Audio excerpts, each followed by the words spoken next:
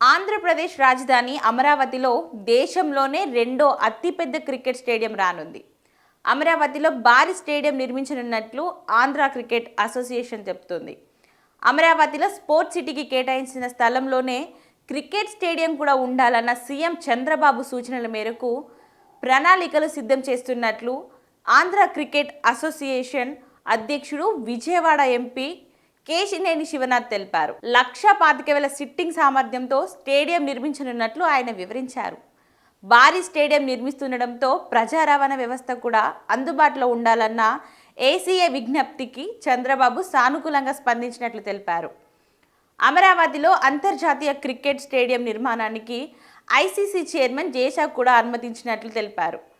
విశాఖపట్నంలో ఐపీఎల్ మ్యాచ్ల నిర్వహణకు ఏసీఏ తరపున ఢిల్లీ క్యాపిటల్స్ను అడిగితే విశాఖలో స్టేడియం బాగలేదని తిరస్కరించారని, దీంతో మంత్రి లోకేష్ జోక్యం చేసుకొని స్టేడియంని బాగు చేస్తే 2 మ్యాచ్లు ఇస్తామని చెప్పారని శివనాథ్ గుర్తు చేశారు. అతి తక్కువ వ్యవధిలోనే స్టేడియంను అద్భుతంగా తీర్చిదిద్దినట్లు తెలిపారు.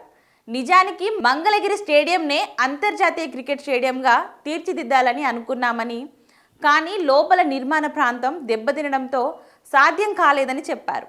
కాబట్టి ఆ స్టేడియంను రంజీ మ్యాచ్ల నిర్వహణకు సిద్ధం చేస్తామన్నారు. ఏడాదిలో 150 రోజుల పాటు ఇక్కడ మ్యాచ్లు నిర్వహించేలా ప్రణాళికలు సిద్ధం చేస్తున్నట్లు శివనాథ్ వివరించారు.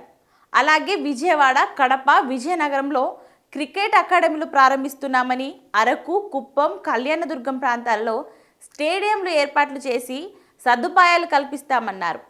ప్రతి జిల్లా కేంద్రంలోనూ క్రికెట్ గ్రౌండ్ ఉండేలా ప్రణాళికలు రూపొందిస్తున్నట్లు శివనాథ్ తెలిపారు.